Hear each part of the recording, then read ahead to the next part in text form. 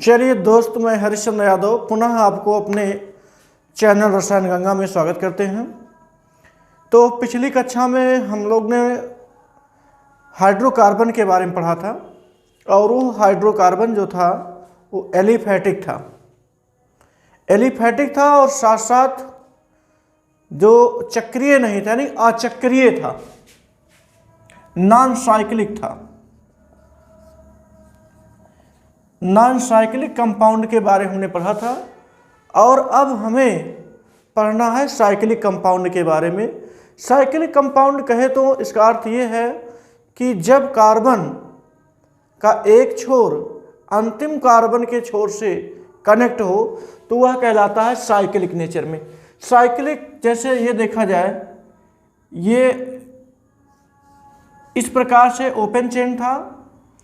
अब कहीं से यदि ये वाला जो फर्स्ट कार्बन है और ये लास्ट कार्बन है, ये दोनों एक दूसरे से ज्वाइंट हो जाए, किसी भी तरीके से वो ज्वाइंट हो जाते, फर्स्ट और लास्ट यदि ज्वाइंट हो जाता है तो इसी कंपाउंड को हम साइक्लिक कंपाउंड कहते हैं।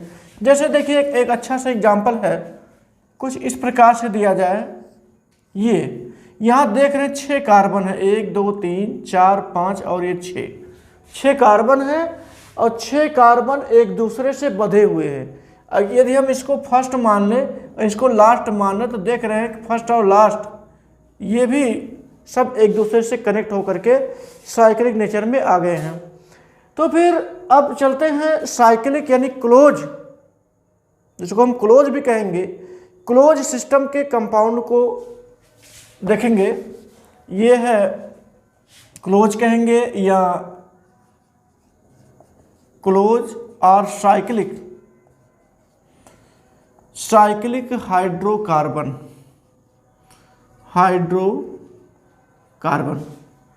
क्लोज और साइक्लिक हाइड्रोकार्बन यानी कि बंद श्रृंखला के हाइड्रोकार्बन या चक्रीय। तो इसको 2 वर्गों में बांट दिया गया। 2 वर्ग होंगे, एक होगा एरोमेटिक और एक होगा एलिसाइक्लिक। खूब ध्यान से समझेंगे, एक होता है एरोमेटिक और दूसरा होता है एलिसाइक्लिक। पहले समझिए कि एरोमेटिक क्या होता है और एलिसाइक्लिक क्या होता है। देखिए एरोमेटिक जो होता है ये भी क्लोज सिस्टम का ही हाइड्रोकार्बन है, बशर्ते अंतर क्या है, इसमें विशेष प्रकार की गंध पाई जाती है और विशेष प्रकार की गंध पाए जाने के कारण ही इसे हम एरोमेटिक कहते हैं। नेचर तो दोनों का वही रहेगा, एरोमेटिक का भी और एलिसाइक्लिक का। और एलिसाइक्लिक में क्या होगा, यह साइक्लिक फॉर्म में होगा लेकिन इसका जो नेचर है वह कुछ एलिफैटिक कंपाउंडों से मिलता जुलता होगा। एलिफैटिक कंपाउंड का मतलब जो ओपन चेन के हों, ओपन चेन के जो कंपाउंड होते हैं इनकी जो प्रॉपर्टियां पाई जाती हैं वो एलिसाइक्लिक उनसे मैच करता है। ज़्यादा से ज़्यादा प्रॉपर्टियों को केवल साइक्लिक नेचर में होकर के ये इनके गुणों से मैच कराता है, तो साइक्लिक कहा ही जाएगा और इसे हम बोलेंगे एलिसाइक्लिक। तो एलिसाइक्लिक और एरोमेटिक 2 वर्गों में इसे हम बांटे हैं। और देखते हैं एरोमेटिक के एग्जाम्पल में हम लेते हैं एक बेंजीन। अच्छी तरह से आपको पता होगा, बेंजीन में 6 कार्बन पाए जाते हैं, 6 कार्बन और 6 हाइड्रोजन, और एकांतर के बाद पाई बंध लगा होता है अल्टरनेट क्रम में, जैसे 1 2 3 4 5 और ये 6 कार्बनों का ये चक्र होता है। और इसमें एकांतर के बाद यानी कि यदि 1 और 2 कार्बन के बीच लगा हुआ है तो यहाँ नहीं लगेगा, 3 और 4 के बीच लगेगा, 4 5 छोड़ेगा तो 5 और 6 के बीच लगेगा। एकांतर के बाद इसमें द्विबंध लगा होता है, इसलिए इसको हम एरोमेटिक भी कहेंगे या बेंजीनाइड भी कहेंगे। और इसे एक फॉर्म और है, लिखने का तरीका है ये, इसमें हम रिंग लगा देते हैं, इस रिंग को बेंजीन रिंग कहते हैं। तो ऐसे कंपाउंड एरोमेटिक कहलाते हैं जो बेंजीनॉइड रिंग को रखते हों, एरोमेटिक के दायरे में आ जाएंगे। एलिसाइक्लिक में बस रिंग नहीं होना चाहिए, साइक्लिक नेचर में तो हो और इनका जो गुणधर्म हो, कुछ प्रॉपर्टियां हों, वह एलिफैटिक कंपाउंडों से मिलती जुलती हों। अच्छा, हम बात करने वाले हैं एक बड़े महत्वपूर्ण टॉपिक की, जिसका नाम है IUPAC। IUPAC क्यों आया, ये भी पहले हम जानने की कोशिश करेंगे। और IUPAC से पहले हम यौगिकों को कैसे पहचानते थे, कैसे उनका नामकरण करते थे, केमिस्ट्री में उसको क्या कह के बुलाते नहीं, मतलब व्यक्त करते थे। चलिए पहले उसी को देख लेते हैं। मूल हमारा है नामकरण। देखिए, नामकरण के दो तरीके, एक है रूढ़ पद्धति। रूढ़ पद्धति है जिसको हम ट्राइवियल सिस्टम कहते हैं, ट्राइवियल सिस्टम। और एक दूसरा है आधुनिक पद्धति।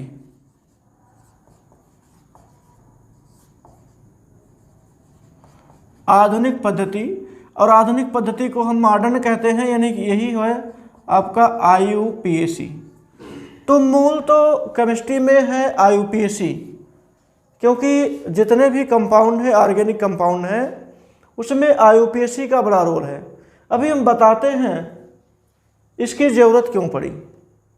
तो पहले हम रूढ़ पद्धतियों पे चलते हैं। रूढ़ पद्धति या इसको साधारण विधि भी कहते हैं। साधारण विधि, थोड़ा सा इसके बारे में चर्चा करें, फिर अपने हम आधुनिक पद्धति पर चलते हैं, जिसको हम लोग IUPAC कहते हैं। तो चलिए देखते हैं पहले क्या है ये रूढ़ पद्धति। देखिए, रूढ़ पद्धति में होता क्या है। सबसे पहले तो यही जानिए, एक जीवाश्म ईंधन जो हम लोग पहले से पढ़ते हुए चले आ रहे हैं, फॉसिल फ्यूल जिसको बोलते हैं, जीवाश्म ईंधन। तो वही परिभाषा, वही बात है कि लाखों करोड़ों वर्ष पूर्व पृथ्वी उथल पुथल हुआ था, जिस पर जीव जंतु एवं वनस्पतियाँ दब गई थी, और वो आज हमें ईंधन के रूप में प्राप्त हो रहे हैं, जिसे हम कहते हैं जीवाश्म ईंधन। अब वो चाहे वो पेट्रोल हो, चाहे डीजल हो, चाहे मिट्टी तेल हो, चाहे प्राकृतिक गैसें हो, चाहे कोयला हो, ये सब उन्हीं का परिणाम है जो हमें प्राप्त हो रही हैं। लेकिन अब बात आती है नामकरण की। क्या नाम दिया जाए जिससे हमें पढ़ने में, समझने में, व्यक्त करने में आसानी हो। तो सबसे पहले एक हम ऑर्गेनिक कंपाउंड है जिसका फार्मूला है CH4 की बात करें। CH4 को मेथेन कहते हैं। अच्छा, मेथेन कहते हैं, ये नया नाम है, आधुनिक नाम है। इसके पहले यह कहा जाता था मार्स गैस, और मार्स गैस के दौरान ही इसको दलदली गैस के नाम से भी जानते थे। अच्छा, ये तो अभी हम नाम ले आएंगे, आपको आसानी से पता चल जाएगा। लेकिन मार्स गैस क्यों कहे, यानी डंपिंग गैस, दलदली गैस क्यों कहे, क्योंकि ये दलदलों पर पाई गई। अच्छा, चलिए मान लिए CH4 दलदली स्थानों पर पाई गई। अब कोई गैस और हमें प्राप्त हो गई, C2H4 या C2H6, तो समस्या तो अब बन गई। इसको तो आपने मार्स गैस कह दिया, इसको दलदली स्थान से प्राप्त किया, दलदली गैस कह दिया। इसको कौन सी गैस कहेंगे? C2H4 को। C2H6 को कौन सी गैस कहेंगे? हो सकता है इसी CH4 के माध्यम से बना हो, ये नहीं बता पाएंगे। तो ये हमारे लिए एक समस्या बन गई। एक छोटे से एग्जाम्पल में जैसे हमने कार्बन की संख्या को बढ़ाया, समस्याएं बढ़ना शुरू हो गई। अच्छा, और भी कंपाउंड्स हैं, जैसे एक कंपाउंड है HCOOH, इसको हम कहते हैं फार्मिक एसिड। फार्मिक एसिड, अच्छा फार्मिक एसिड ये इसका पुराना नाम है, साधारण नाम है। कैसे पड़ा? ये लाल चींटी को मार करके उसका आसवन करके जो उसका कीमा तैयार हुआ, जो उसका जूस तैयार हुआ, उसका स्वाद खट्टा रहा, एसिडिक नेचर रहा, फार्मिया नामक चींटी रही, तो दे दिया गया फार्मिक एसिड। फार्मिया चींटी रही और उसका स्वाद खट्टा रहा, हो गया फार्मिक एसिड। हम बात करें CH3COOH की, इसको एसिटिक एसिड कहते हैं। अच्छा, इसका नाम कैसे पड़ा? क्योंकि ये स्वाद में खट्टा था और एसिटी बैक्टीरिया थी, सिरके के निर्माण में इसकी ज़बरदस्त भूमिका थी, इसलिए इसका नाम एसिडिक एसिड हो गया। अच्छा, इसी प्रकार से बहुत सारे कंपाउंड हैं, ज़्यादा नहीं है, कुछ नामचीन कंपाउंड हैं जिन्हें हम उनके प्राप्ति स्थान से, खोजकर्ताओं के नाम से या उनके विशेष गुणों से पहचान करके हम उसका नाम लिख देते हैं। समस्या तो तब जन्म लेती है जब हम CH4 से C2H6 पहुँचते हैं और HCOOH से हम C2H5COOH पहुँचते हैं, या कार्बन की संख्या में हम वृद्धि करते हैं। तो इसी प्रकार के समस्याएं आगे चल कर के बढ़ती गई। अब इन समस्याओं को दूर कैसे किया जाए? क्योंकि जिस वैज्ञानिक ने और जिस व्यक्ति ने या जिस स्थान से गैसों को, ऑर्गेनिक पदार्थों को प्राप्त किया गया, उसी के आधार पर उसका नाम दे दिया गया। अब जो कि ये बहुत उपयुक्त नहीं था। रसायन विज्ञान में 10-5 कंपाउंड की बात हो, याद किया जा सकता है, लेकिन रसायन विज्ञान तो सागर है, इसमें बहुत सारे फार्मूले हैं, बहुत सारे फार्मूले इस प्रकार से, क्योंकि इनका सिंथेसिस करके नए यौगिकों का निर्माण किया जाता, जोड़ करके नए यौगिक तैयार होते हैं, टूटते हैं तो भी नए यौगिक बन जाते हैं। तो इस प्रकार से हमें 10-20 नामों से काम नहीं चलेगा कि हम मार्स गैस तैयार कर लें, मेथेन फार्मिक एसिड तैयार कर लें और एसिटिक एसिड तैयार कर लें, इससे कुछ होने वाला नहीं है। इस पर विचार होने लगा। विचार कुछ ऐसा बना कि कुछ ऐसे नामों को दिया जाए ताकि यह अंतर्राष्ट्रीय हो जाए, इंटरनेशनल लेवल पर इसकी मान्यता हो जाए। जैसे एक एग्जाम्पल है, यदि हम यहाँ पर 1 लिख दें तो ऐसा नहीं है, इसको भारतीय ही 1 पढ़ेंगे, अमेरिका में जाएंगे तब भी 1 ही पढ़ा जाएगा। अगर हम इसे 4 लिख दें तो विश्व का हर व्यक्ति इसे 4 ही पढ़ेगा, क्योंकि यह एक इंटरनेशनल नंबर है। अब जैसे ये दे दें, अच्छा ये तो हो गया इंटरनेशनल, अगर नंबर की बात करें ये तो 6 हो गया, और यही अंक हम अगर हिंदी में बात करें इसको आप 7 कहेंगे। अब इंटरनेशनल अंक होने के कारण हम इसे 6 ही मान करके चलते हैं। जहाँ कुल हिंदी की ही बात होगी वहाँ आप इसे 7 कह सकते हैं, लेकिन जब इंटरनेशनल नंबर की बात होगी तो 6 होगा और इसे हर राष्ट्र मानेगा, हर व्यक्ति मानेगा। तो इसी सारी बातों को ध्यान में रखते हुए IUPAC एक आया, नामकरण की एक विधि आई IUPAC। अच्छा, वो आई कैसे? इन्हीं समस्याओं को दूर करने के लिए। जो रूढ़ पद्धतियाँ थी नामकरण की, इन्हीं कह सकते हैं समस्याओं को दूर करने के लिए यह IUPAC आई। IUPAC से पहले हुआ क्या उसको बता दें।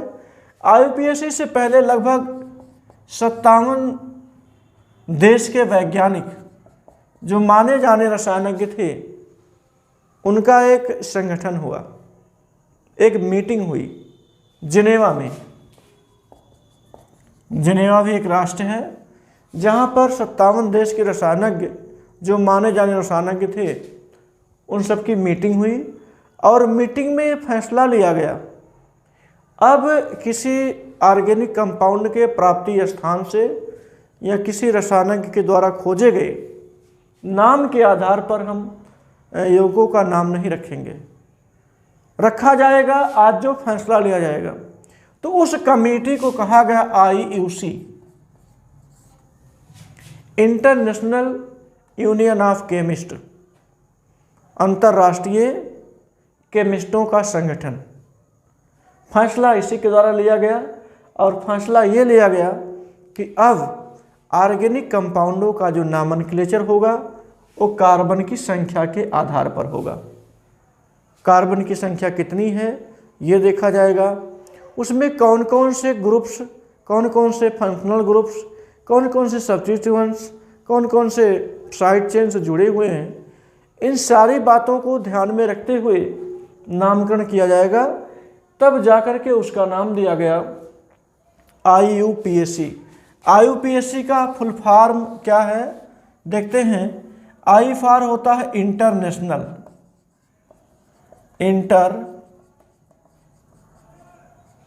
International, U for union, international union of, P for pure,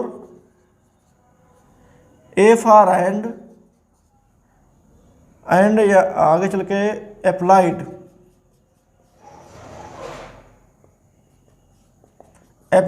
C for chemistry.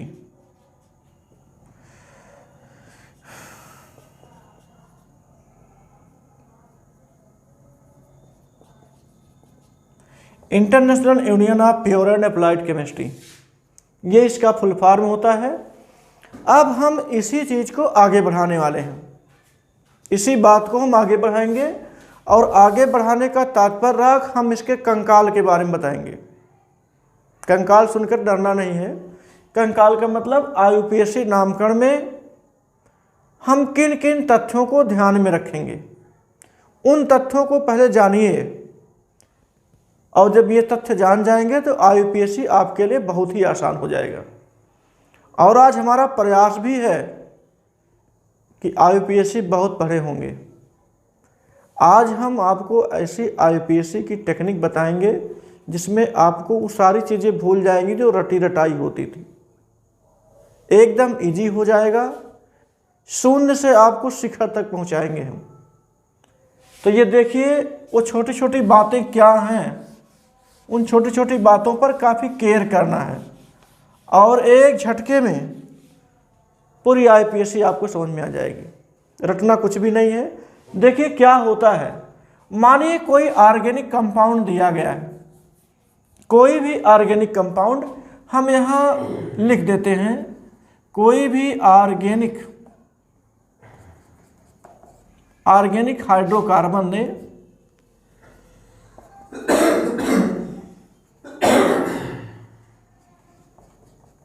कोई हाइड्रोकार्बन दिया गया है, ऑर्गेनिक हाइड्रोकार्बन है या ऑर्गेनिक कंपाउंड है।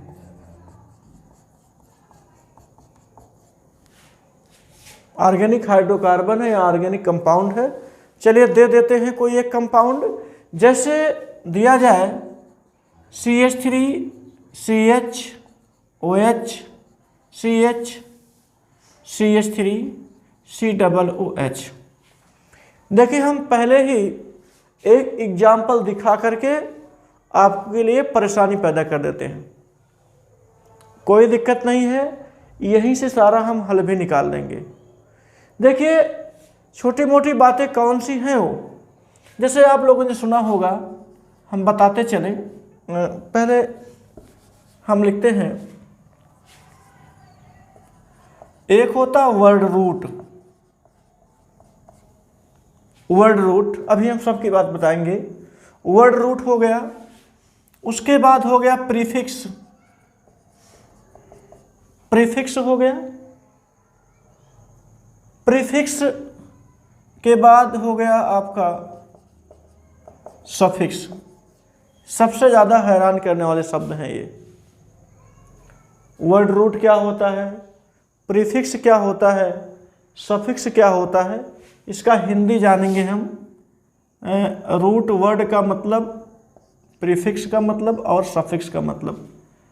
वर्ड रूट का मतलब हो गया शब्द मूल,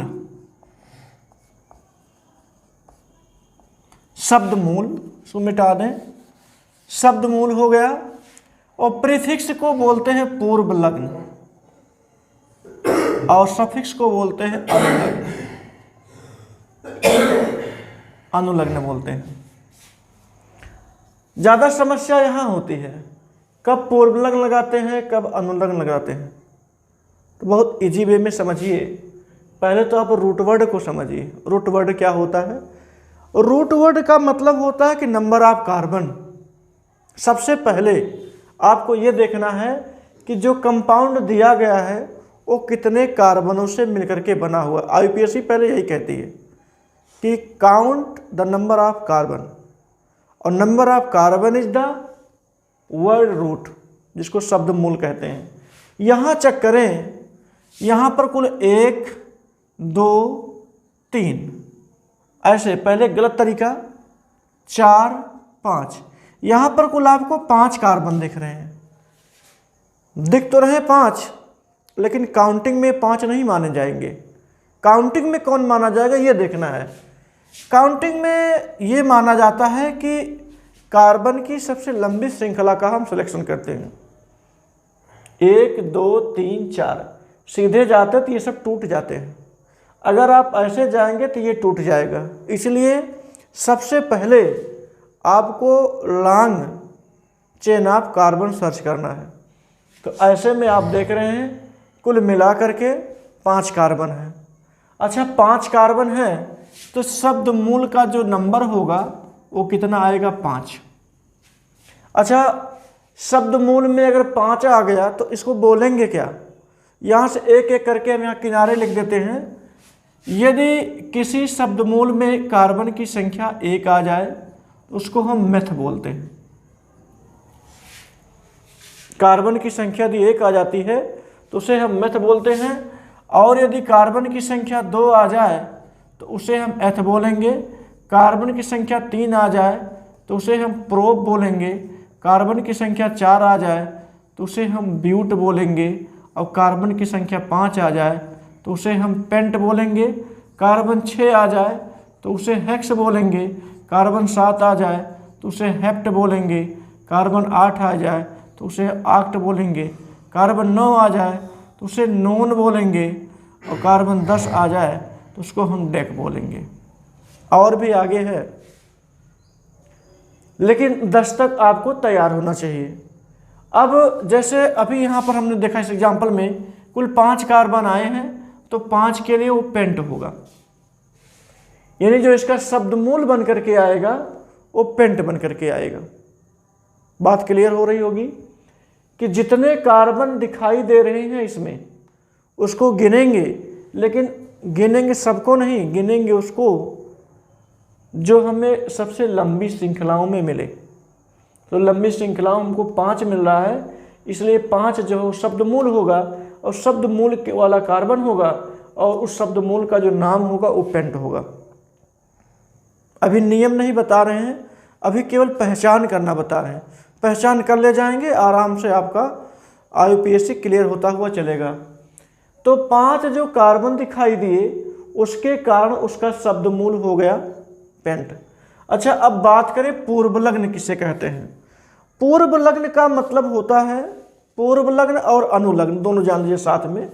जैसे आप हिंदी में देखे होंगे, हाँ, तो ये बता रहे थे कि ध्यान में नहीं आ रहा था हमारे, ये पूर्वलग्न और अनुलग्न के लिए हिंदी में एक शब्द है प्रत्यय और उपसर्ग।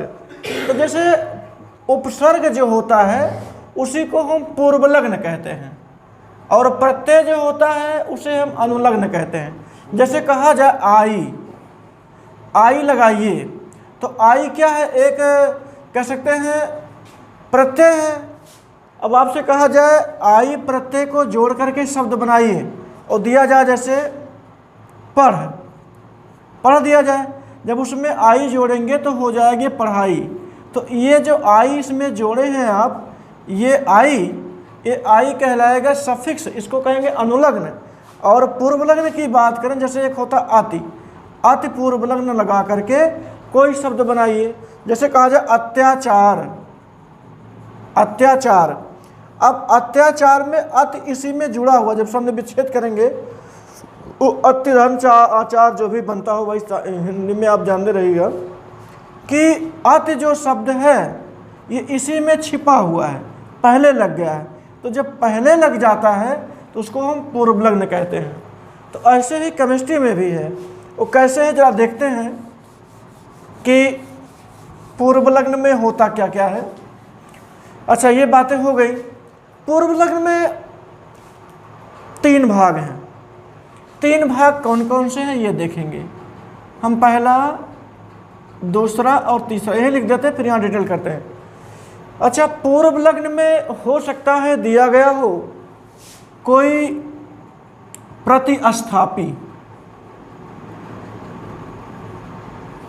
हो सकता है पूर्व लग्न में कोई दिया गया हो साइड चेन, यानी कि प्रतिस्थापी के बाद साइड चेन, पार्श्व जिसको बोलते हैं, पार्श्व श्रृंखला। अभी एक एक पॉइंट हम आपको बताएंगे, परेशान होने की जरूरत नहीं है।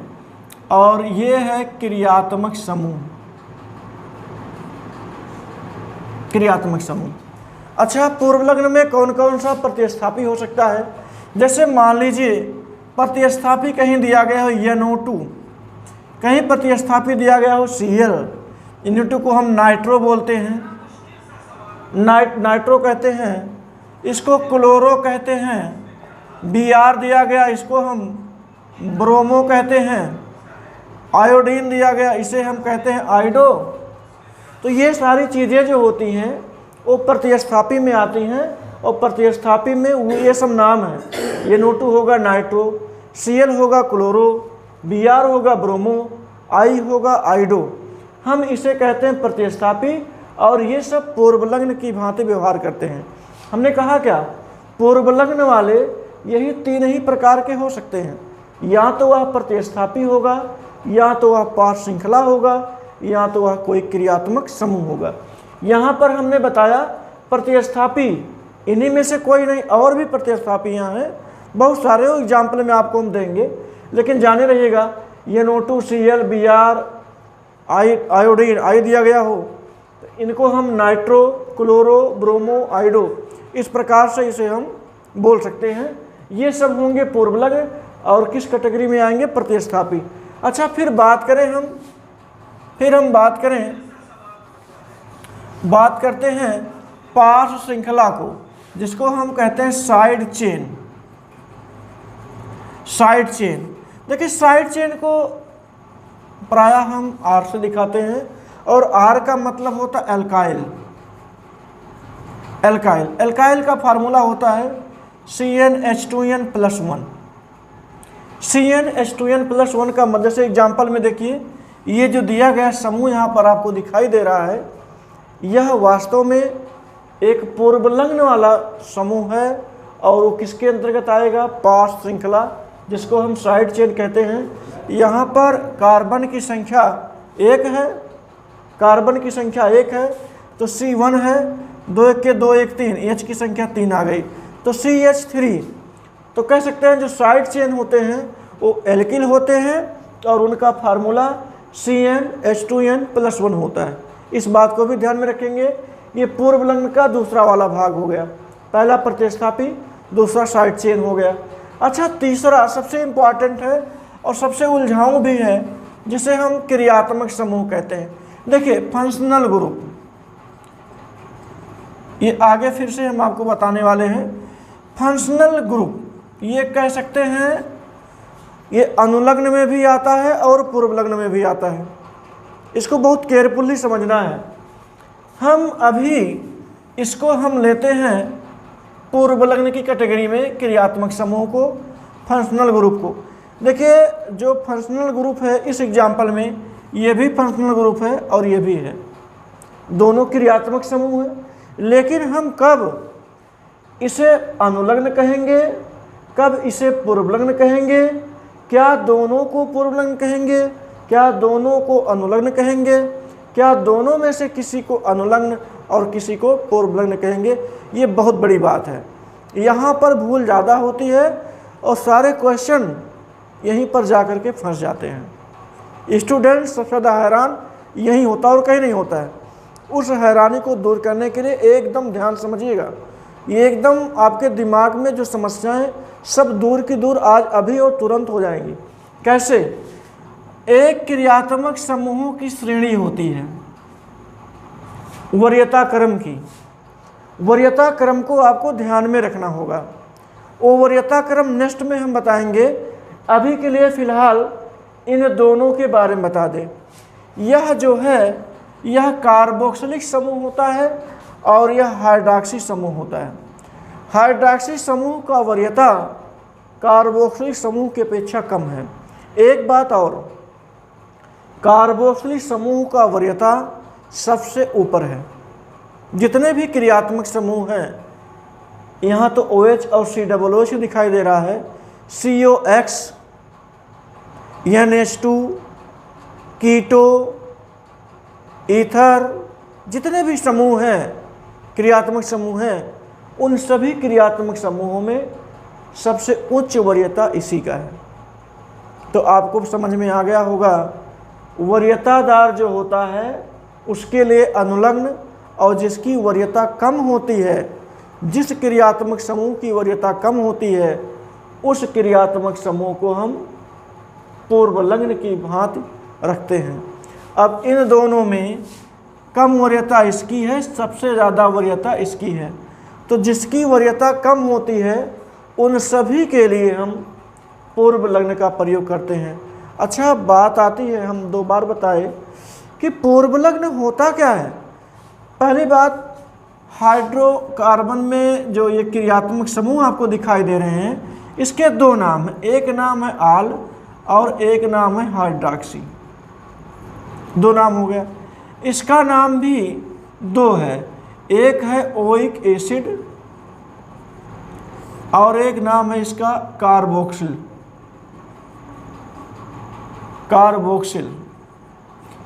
अब जो ये कार्बोक्सिल नाम देख रहे हैं, ये इसका पूर्वलग्न है।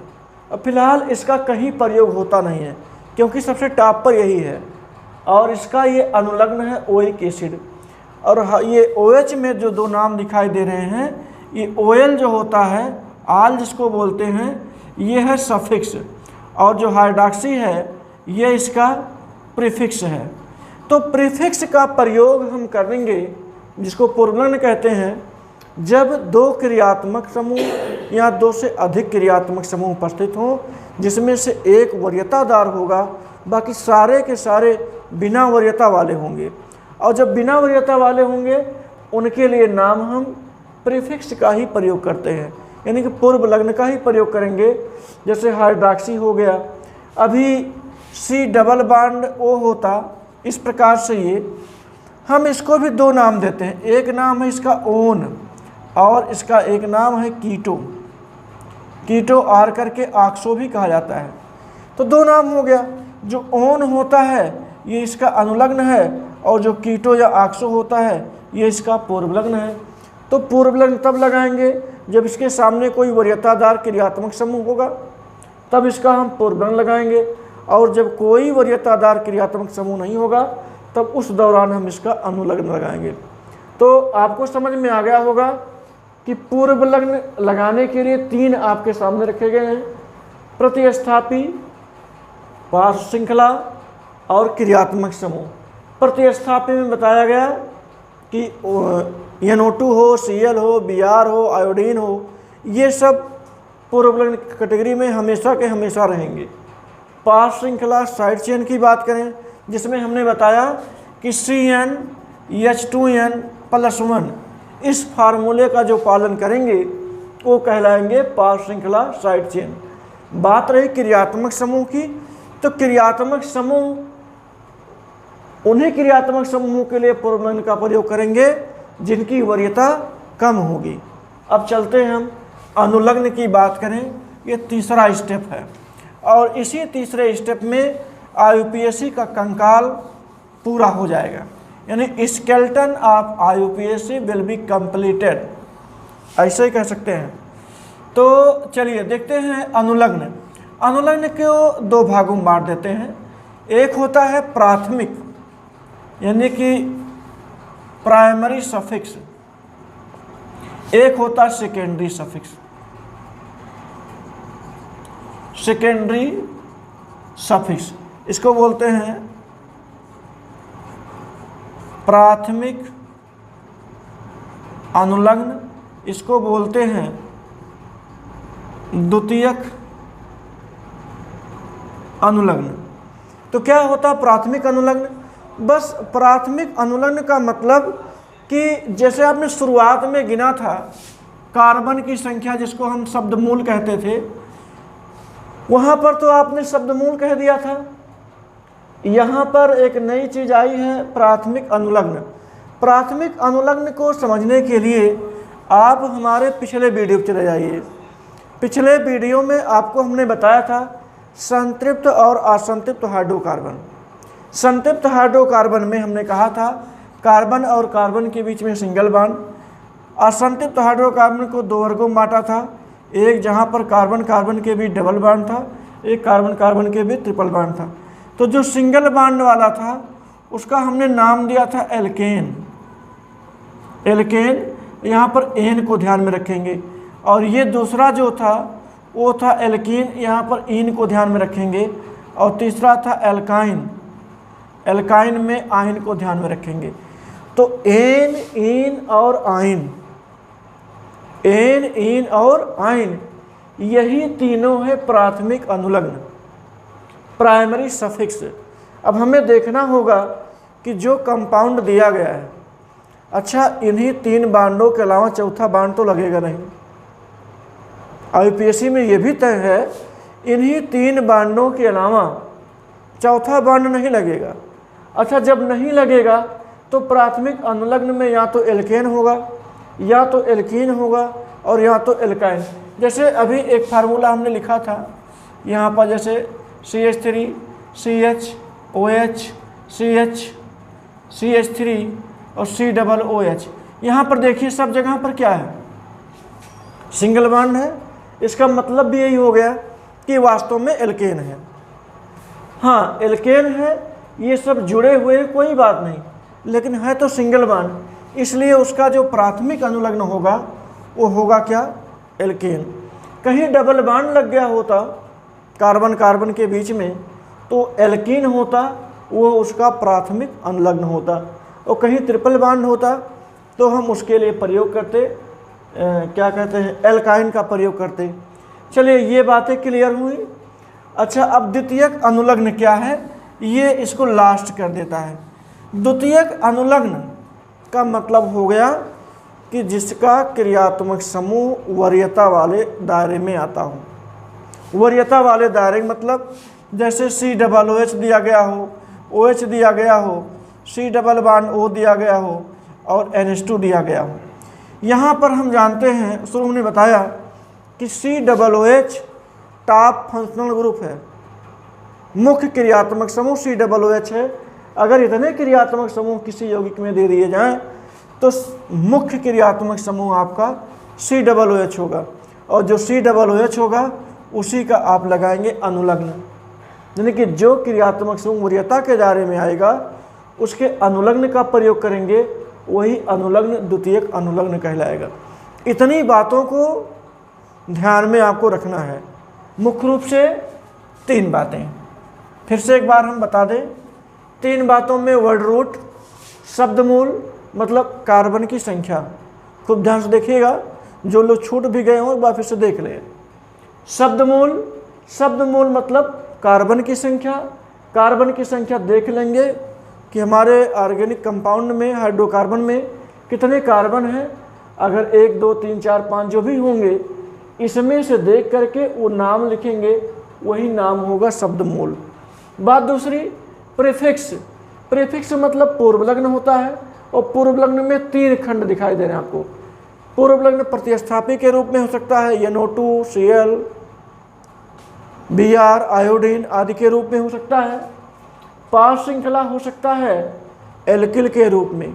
एल्किल का मतलब हो गया वह इस फार्मूले का पालन CnH2n + 1 फार्मूले का पालन करता है, और हमारी हाइड्रोकार्बन की श्रृंखला में कहीं लगा हुआ है तो वह जो है पास श्रृंखला कहलाएगा। बात रही क्रियात्मक समूह की, इसमें ऐसे क्रियात्मक समूहों को चुनेंगे जो वरीयता में निम्न होंगे। एक तो उच्च होगा जो उच्च होगा वो चला आएगा द्वितीयक अनुलग्न में, और उसके बाद सारे के सारे जो होंगे वो निम्न होंगे, और निम्न के लिए हम लगाएंगे पूर्व लग्न। अच्छा, हो सकता है 2 या 2 से अधिक क्रियात्मक समूह हों जो मुख्य के बाद वाले हों, तो उनको आप अल्फ़ाबेटली लिखेंगे। अल्फ़ाबेट के क्रम में हम उसका नामकरण करेंगे, अभी आगे मिलेगा नामकरण, उसमें करवाएंगे। अभी खाली इसका आप एक ओवरव्यू देख लीजिए। अच्छा, क्रियात्मक समूह हो गया। बात आती अनुलग्न की, जिसमें हमने 2 भाग बताया, एक है प्राथमिक अनुलग्न और एक है द्वितीयक अनुलग्न। प्राथमिक अनुलग्न में ये देखना होता है वो किस कैटेगरी में बिलोंग कर रहा है, संतृप्त में है या असंतृप्त में है। अगर संतृप्त में है तो एल्केन होगा, असंतृप्त में है तो द्विबंध वाला है कि त्रिबंध वाला है। अगर द्विबंध वाला होगा तो आप एल्कीन बोलेंगे, त्रिबंध वाला होगा तो आप उसको एल्काइन बोलेंगे। इस प्रकार से वो जाकर के पूरा होगा। और द्वितीयक अनुलग्न की बात करें तो द्वितीयक अनुलग्न में जो क्रियात्मक समूह मुख्य होता है उसी का हम अनुलग्न लगा देते हैं, और अनुलग्न लगाने पर वो द्वितीयक अनुलग्न भी कहलाएगा और IUPAC नाम को क्लियर भी कर देगा, योगी के IUPAC नाम को क्लियर कर देगा। अच्छा, अब आज हम एक टॉपिक ले लेते हैं IUPAC नामकरण में संतृप्त हाइड्रोकार्बन की। चलिए उसी हम इन्हीं बिंदुओं का सबका प्रयोग करेंगे। इस किसी भी बिंदु से हम हटेंगे नहीं, हर बिंदु पर जुड़े रहेंगे और वहाँ से आपको कनेक्ट करके लेकर चलेंगे। और जितनी बातें हमने बताया वो बातें हर एग्जाम्पल में आएंगी। अच्छा, हर एग्जाम्पल में आएंगी, जिसमें क्रियात्मक समूह नहीं होगा उसमें नहीं आएंगी। नहीं तो कहो गुरुजी आपने बताया था कि हमको अनुलग्न लगाना है, पूर्व लग्न लगाना है। भाई ठीक है, लगाया जाएगा।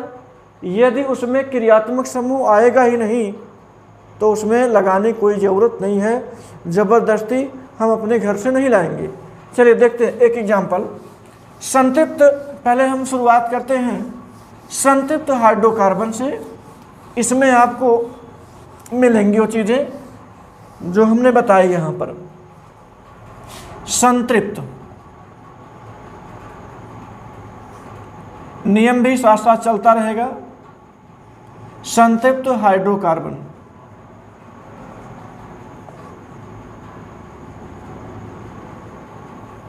संतृप्त हाइड्रोकार्बन का नामकरण। संतृप्त कहें तो आप खाली एल्केन समझिएगा, खाली एल्केन समझेंगे और उनमें फार्मूला होता है CnH2n+2। इस बात को ध्यान में रखेंगे। एक एग्जाम्पल लेते हैं और उस एग्जाम्पल पर उन तीनों बिंदुओं की हम चर्चा करते हैं। जैसे एग्जाम्पल ने CH3, CH2 और CH3। अभी एकदम साफ साफ है, यहाँ पर कुल 3 कार्बन आपको दिखाई दे रहे हैं। एकदम शून्य से बता रहे हैं एग्जाम्पल को। यहाँ पर आपके सामने कुल 3 कार्बन दिखाई दे रहे हैं। तो 3 कार्बन दिखाई दे, सबसे पहले आप गिनती करिए, 1, 2 और 3। हमने कहा था वर्ड रूट, जो हमने बताया था वर्ड रूट। अच्छा, इस वर्ड रूट में कुल कितने कार्बन मिल गए? 3 कार्बनों का वर्ड रूट इसका बना हुआ है। तो नाम क्या होगा इसका? नाम होगा प्रोप। क्लियर हुआ? इसका नाम प्रोप होगा। प्रोप में अब हमने बताया था वर्ड रूट के बाद प्रीफिक्स, प्रीफिक्स के बाद हमने बताया था सफिक्स, और प्रीफिक्स में हमने 3 खंड किया था। एक था प्रतिस्थापी का, सब्स्टिट्यूएंट्स का, और दूसरा हमने बताया था साइड चेन का, जिसको हमने कहा था पार श्रृंखला, और अगला दिया था फंक्शनल ग्रुप का। तो यहाँ पर हम देख रहे हैं ना तो कोई प्रतिस्थापी जुड़ा हुआ है, ना कोई साइड चेन जुड़ा हुआ है, और ना कोई फंक्शनल ग्रुप जुड़ा हुआ है इस वाले फार्मूले में। तो इसका मतलब यहाँ पर ये तीनों बातें हम निगलेक्ट कर देंगे। हमने कहा था यदि प्रतिस्थापी, क्रियात्मक समूह ये सब नहीं मिलते हैं तो उसके लिए कोई दिक्कत नहीं है। यहाँ पर आपको नहीं मिला तो हमने हटा दिया उसको। चलते हैं नेक्स्ट। नेक्स्ट में आपको बताया गया सफिक्स, और सफिक्स में दो बातें, एक बताई गई थी आपको प्राइमरी सफिक्स और दूसरा था सेकेंडरी सफिक्स, दो सफिक्स। तो यहाँ देखिए प्राइमरी सफिक्स में आपको क्या बताया था हमने, वो देखिए क्या वो सिंगल बॉन्डेड है, डबल बॉन्डेड है या ट्रिपल बॉन्डेड है। तो हम तो देख रहे हैं कि यहाँ पर सब सिंगल बॉन्डेड है। अच्छा, अगर सिंगल बॉन्डेड है तो होंगे क्या, एल्केन होंगे, एन होंगे, एल्केन होंगे यानी, तब वो एल्केन हो गया। अच्छा, बात आती है सेकेंडरी सफिक्स की, तो यहाँ पर कोई सेकेंडरी सफिक्स है ही नहीं, कोई फंक्शनल ग्रुप है ही नहीं। इसका मतलब ये वाला हिस्सा यहाँ से निगलेक्ट हो गया। तो हमने पाया क्या, केवल इसमें है तो क्या है, प्राइमरी। तो प्राइमरी है तो ये है एन, तो नाम हो जाएगा इसका प्रोपेन। देखिए बहुत आसानी से कंकाल से हम लेकर चले हैं, उसके स्केलेटन बॉडी से हमने उठाया है, वर्ड रूट लिया, 3 कार्बन मिल गया। हमने प्रीफिक्स लिया, प्रीफिक्स लायक कोई है ही नहीं, ना तो सब्स्टिट्यूएंट्स हैं प्रतिस्थापी, ना तो साइड चेन है, और ना ही इसमें कोई फंक्शनल ग्रुप है। तो नहीं है तो पूरा प्रीफिक्स ही गायब हो गया। आगे सफिक्स में जाते हैं, आपको प्राइमरी सफिक्स के अलावा और कुछ नहीं मिलता है, इसलिए इसका नाम क्या हो जाएगा, प्रोपेन।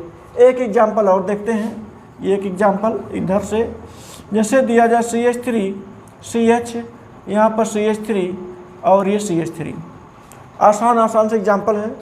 वर्ड रूट चेक करिए, कार्बन की सबसे लंबी श्रृंखला का सिलेक्शन करना है, 1 2 3 1 2 3, कुल मिलाकर के हमें कुल 3 ही कार्बन मिलते हैं। चलिए वर्ड रूट क्लियर हो गया, ये प्रोप होगा, क्योंकि हमने बताया 3 कार्बन के लिए जो सफिक्स 3 कार्बन के जो वर्ड रूट होता नेम उसका, वो होता है प्रोप।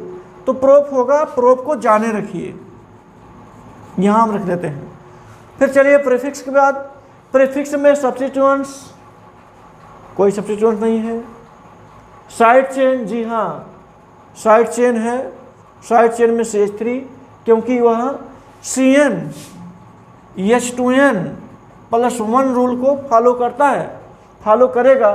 तो चलिए इसमें मिल गया क्या, साइड चेन, फंक्शनल ग्रुप और नो यानी फंक्शनल ग्रुप। चलिए एक हमको मिल गया, प्रोप के बाद आपको साइड चेन मिल गया, प्रोप प्लस साइड चेन मिल गया, हम साइड लिख देते हैं। सफिक्स की बात करें, यहाँ पर सफिक्स है, सिंगल बॉन्डेड है, तो इसका मतलब वो एल्केन है। और सेकेंडरी फंक्शनल ग्रुप की बात करें तो कोई भी फंक्शनल ग्रुप नहीं है, यानी ये वाला भी आप क्रॉस कर देंगे। आपको 3 चीज़ें मिली, प्रोप मिल गया, साइड मिल गया, साइड में CH3 है, और साइड में जो CH3 है, CH3 को हम मेथिल कहते हैं। चलिए मेथिल हो गया, और ये एल्केन है। अब एल्केन में हम प्रोप में जोड़ देंगे एल्केन, अपना काम पूरा हो जाएगा। चलिए नाम कैसे करेंगे, 3 कार्बन है, 3 कार्बन का मतलब हो गया प्रोप, साइड में है मेथिल, तो जो साइड में जुड़े हों उनका नाम पहले लिख दीजिए। साइड में आपका मेथिल है, उसका नंबरिंग देखिए 1 2 3, 2 नंबर पर जुड़ा हुआ है, इसलिए 2 मेथिल बोलेंगे। जहाँ जुड़ा हुआ उसका पोजीशन भी लिखेंगे 2 मेथिल। और उसके बाद ये प्रोप है ही। एक बात को और ध्यान में रखेंगे, हमने ऐसे लिख दिया, इसका मतलब इसी प्रकार से नहीं लिखेंगे भाई। एक सिंपल सी बात है, यदि किसी का नाम मान लीजिए अखिल है, किसी का नाम अखिल है और हम जानते हैं वो 5 अक्षरों से मिलकर के बना हुआ है, AKHIL, तो क्या करोगे, इन्हीं 5 अक्षरों से मिला करके उसके नाम का संधि विच्छेद करोगे। मतलब L लिख दिए, K लिख दिए, H लिख दिए, I लिख दिए, A लिख दिए, हमें लगता है उसके नाम का ऑपरेशन कर दिया आपने। L बाद में होना चाहता, पहले लिख दिया आपने, तो उल्टा हो गया। मतलब नाम कुछ ऐसा होना चाहिए जो ये नाम दिया गया है अल्फ़ाबेट में है ही ये, अल्फ़ाबेट के 5 अक्षर दिए गए हैं। अब पता चला आप उन्हीं 5 अक्षरों का प्रयोग करके नाम नहीं, उसका ऐसा नाम बता दे रहे हो कि रोज़ आकर के मारेगा आपको, जब तक उसका नाम अखिल नहीं लिख दोगे। तो उसी प्रकार से ये सारी चीज़ें जो आपने नोट किया उसको आप क्रम से करिए, क्रम से करेंगे तो उसका नाम भी एक अच्छा नाम आ जाएगा। अब देखिए 2 मेथिल हो गया और 3 कार्बन था, तो हमने क्या दे दिया प्रोप, और प्रोप में जोड़ेंगे एन, क्योंकि ये क्या है एल्केन, हमने कहा था एन को ध्यान में रखिए। अच्छा अभी ऐसे करते जैसे अखिल को किया हमने, लिखते क्या प्रोपेन 2 मेथिल, कितना अटपटा सा नाम है, नाम ही नहीं अच्छा है, तो तैयार कैसे करोगे? रट्टा तो मानना नहीं है। हमने आपको शुरू में ही बता दिया कि IUPAC बिल्कुल नहीं रटना है, बस आपको ध्यान से समझना है, और सारे IUPAC आप स्वयं के स्वयं कर ले जाएंगे। जितनी बातें केवल बता रहे हैं उन्हीं बातों को ध्यान में रखो, कहीं जाने की ज़रूरत नहीं है। आप केवल इस वीडियो को कंप्लीट देखिए, जितनी बातें हमने बताई उन बातों को खूब केयरफुली देखिए, समझिए और नोट भी करते चलिए। आपको कहीं जाने की ज़रूरत नहीं पड़ेगी, बड़े आसानी से आपको आ जाएगा, दूसरे को भी आप बता सकते हैं, ऐसी बात नहीं, ध्यान समझेंगे। चलिए एक आध 2 एग्जाम्पल और लेते हैं। एक एग्जाम्पल ये हो गया, इधर भी एग्जाम्पल, अभी बहुत सिंपल एग्जाम्पल ले जा रहे हैं, जैसे OH हो गया और ये CH3 हो गया।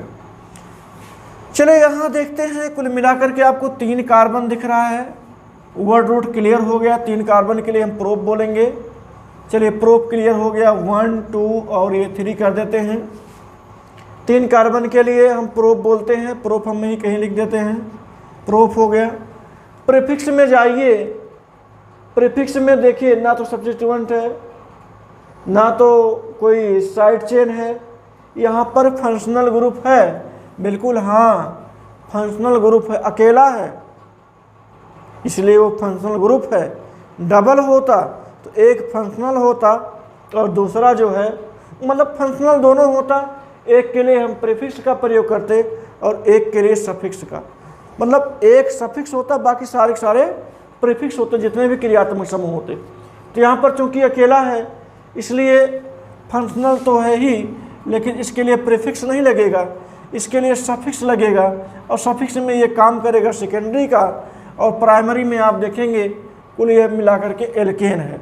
अच्छा हम ऐसा क्यों कह रहे हैं कि हम फंक्शनल ग्रुप मानते हैं कि ये है, तो प्रीफिक्स का प्रयोग क्यों नहीं करते हैं?